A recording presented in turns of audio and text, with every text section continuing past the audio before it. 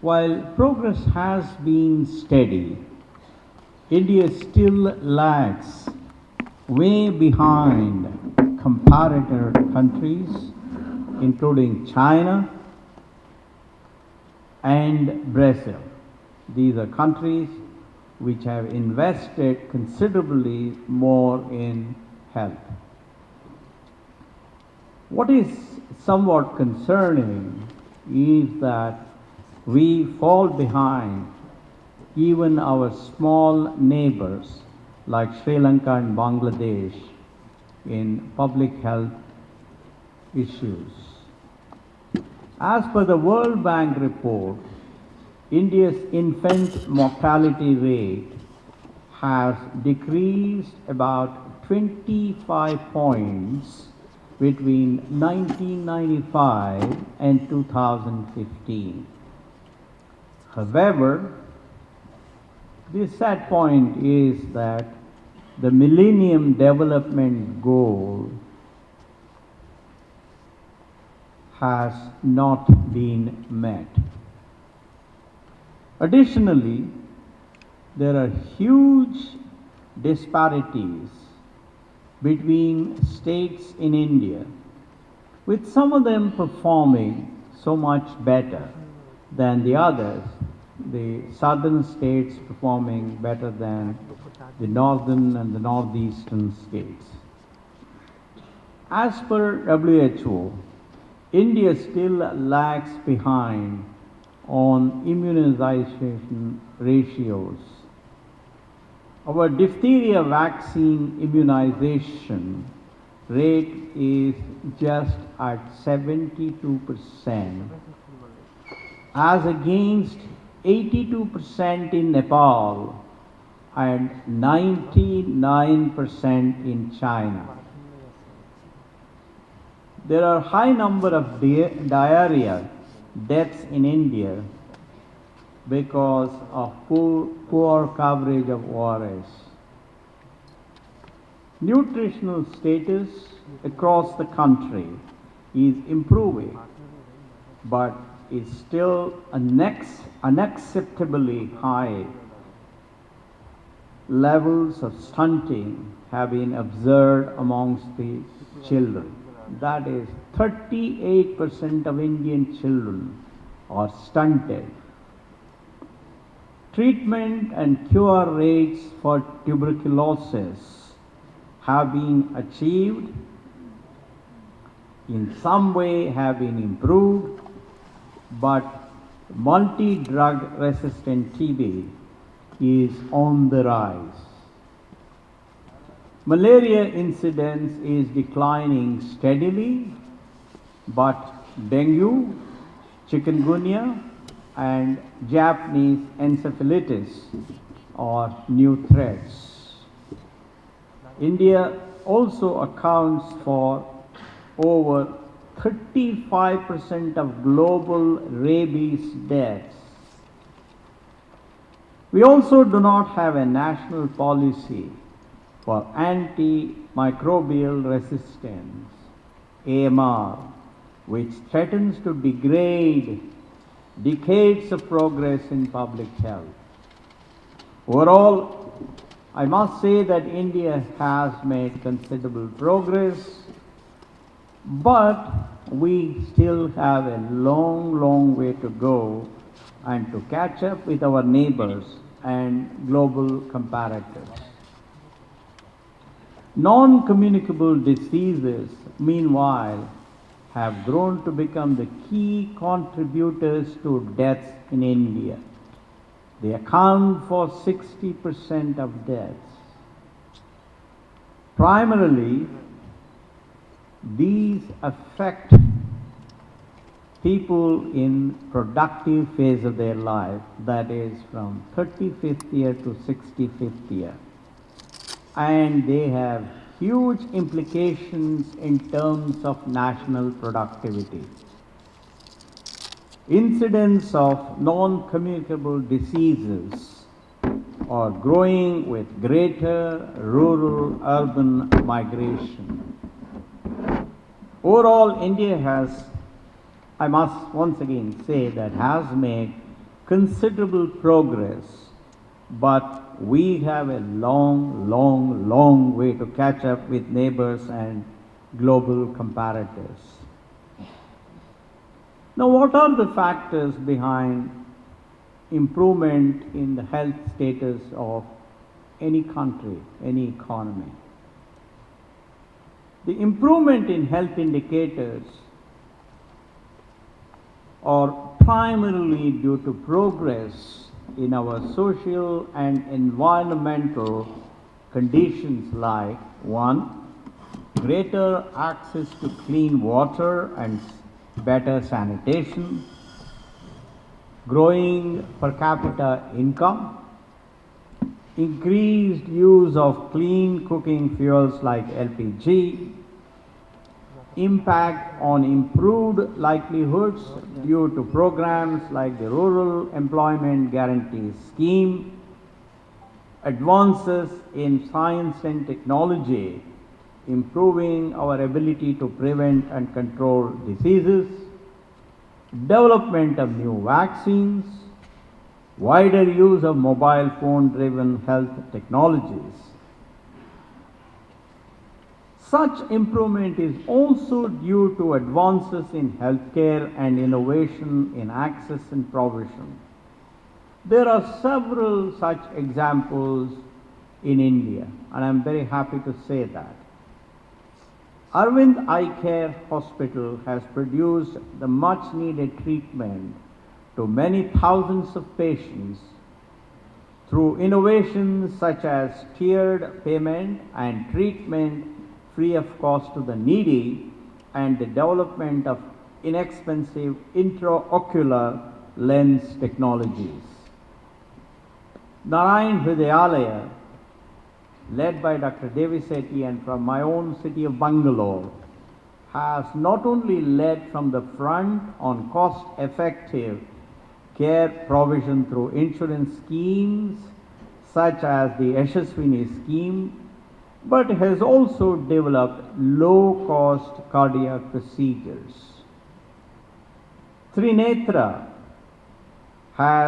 there's another NGO, has developed a low-cost device for ophthalmic examination and for remote diagnosis. The link with all these three and other innovations is that scientific knowledge is the driver for an ally of these forces. Major challenges remain, however, in provision of healthcare in India. And these include access to healthcare in rural regions and for the poor in urban areas, availability of well-qualified medical professionals in adequate numbers, and lack of financial inclusion resulting in low capacity of purchasing medical care and medicines for the poor. Overall, I must say that India has fallen behind in healthcare, but science and technology can indeed play a role in bridging the gaps. Science and technology can play a key role in diagnosis and management of disease, of mass application of drugs, and availability of these drugs on a scale and at an affordable cost. Technology can act as an interface between physicians and patients, among physician peers, and physicians of varying levels of expertise.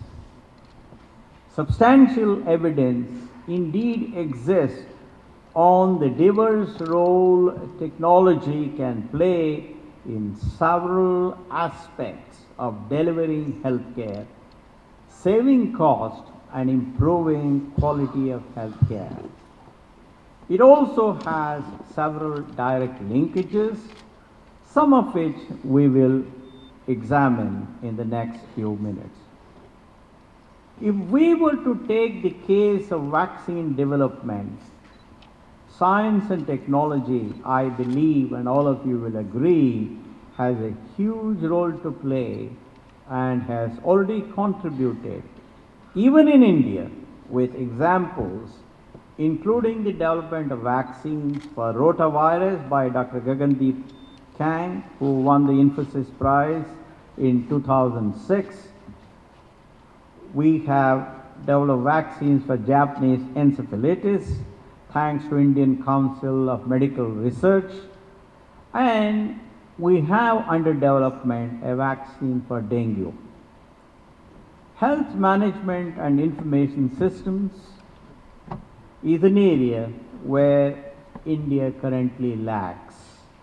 We need a unified health management information system, the cornerstone of efficient public health care systems. Implementation of HMIS, as it is called in India, could prove invaluable for improving data collection, for predicting disease burden and local health needs, rapid data collection for outbreaks, and for early warning and response. It can also aid in better case management for chronic devices. HMIS can also aid in teasing out the influence of multiple determinants of health. Big data analysis of large health data sets can help better understand the influence of various environmental, social, and behavioral risk factors. This kind of research can influence better policy making across sectors which are otherwise considered outside the purview of health.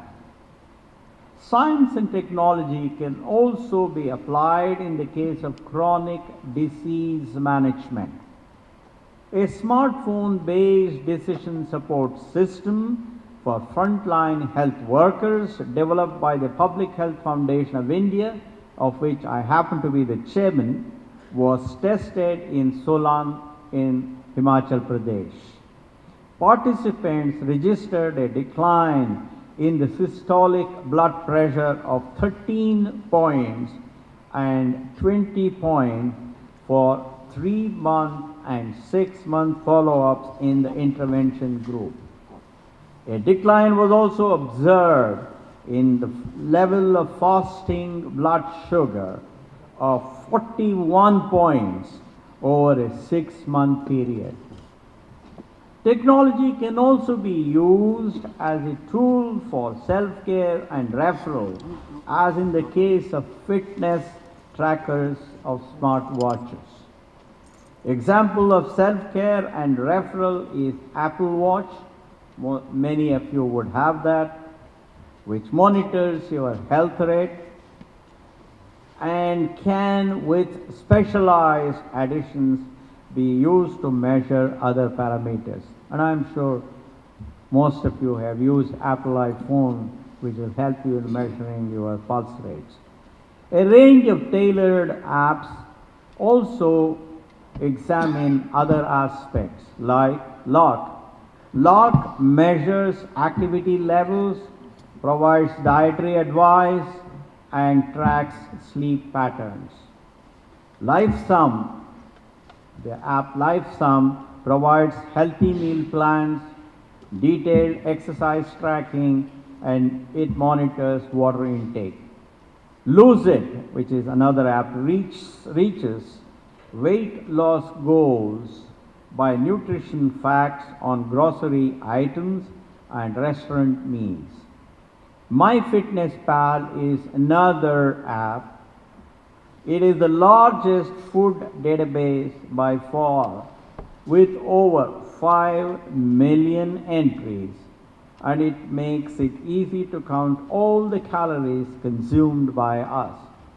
Other systems tagged to Apple Watch or Apple iPhone include Oshna Health System, which uses the Apple Watch to notify physicians of lab results and patient arrival and discharges, and to help outpatients manage chronic diseases.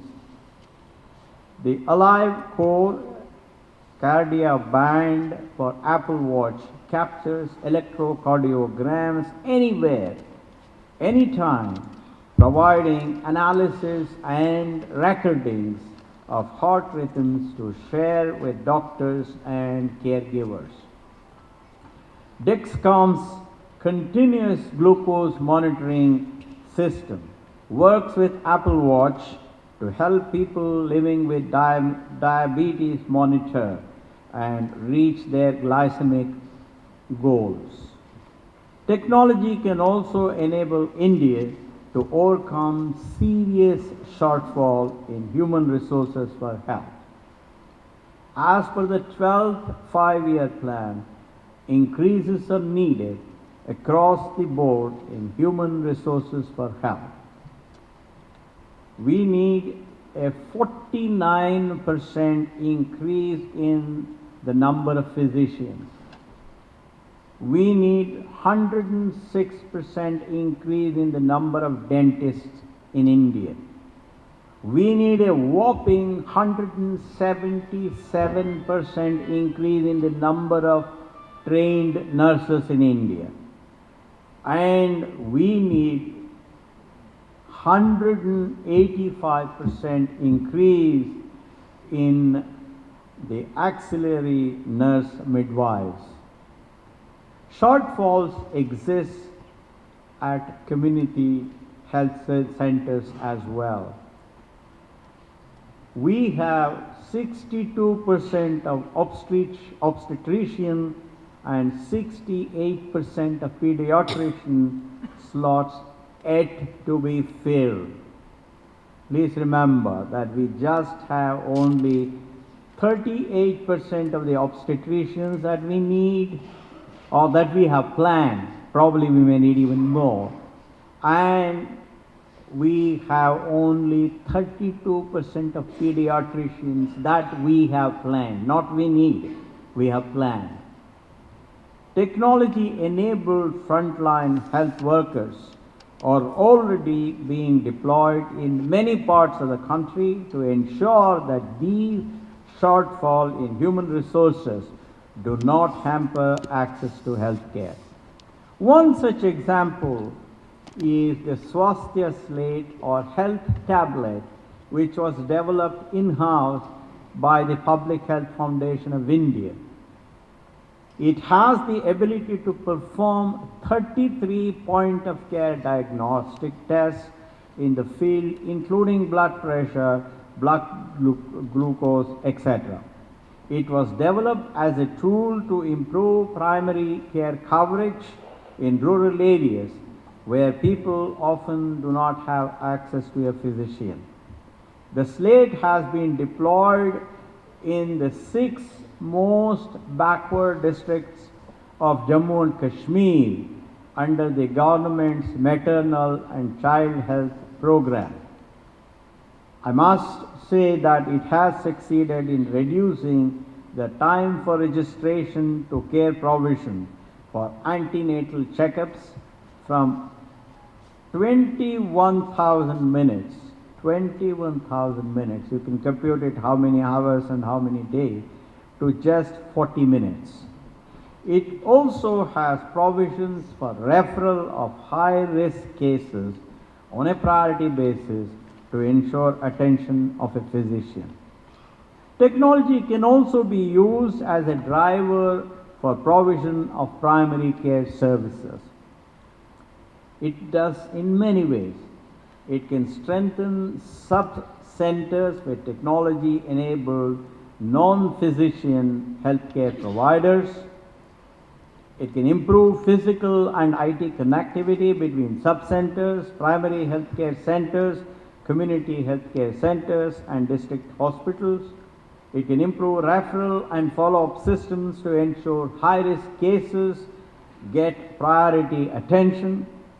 It can promote integrated care through networks of providers who are not physically accessible at all times. There are several opportunities for science and technology to be interconnected with help to engage in concerted problem solving. However, solutions need to be connected to ground realities. There is a big potential to enable mass application of solutions and provision of care at affordable cost. Therefore, my friends, technology solutions, I believe, can indeed bridge gaps in service provision where they currently exist. But as you all know better than I do, science discovers, technology develops, and public health care delivers. Even as we must invest more in R&D for science and technology, the capacity of public health to deliver cannot lag behind. It is therefore very vital that the government, both at the federal level as well as at the state level, invest strongly in public health care. India's public spending on healthcare currently lags way behind developed countries and even most developing countries in the world. Folks, all the dreams of leveraging the demographic dividend will indeed end up as a shattered dream if we first do not provide enough attention to health care. Therefore, once again, let me reiterate that healthcare is the most important facet in the development of a nation like ours. Each of us, the government, the public health sector, and medical professionals, all of us gathered here, has a responsibility to help deliver effective and quality health care to the people. Thank you very much.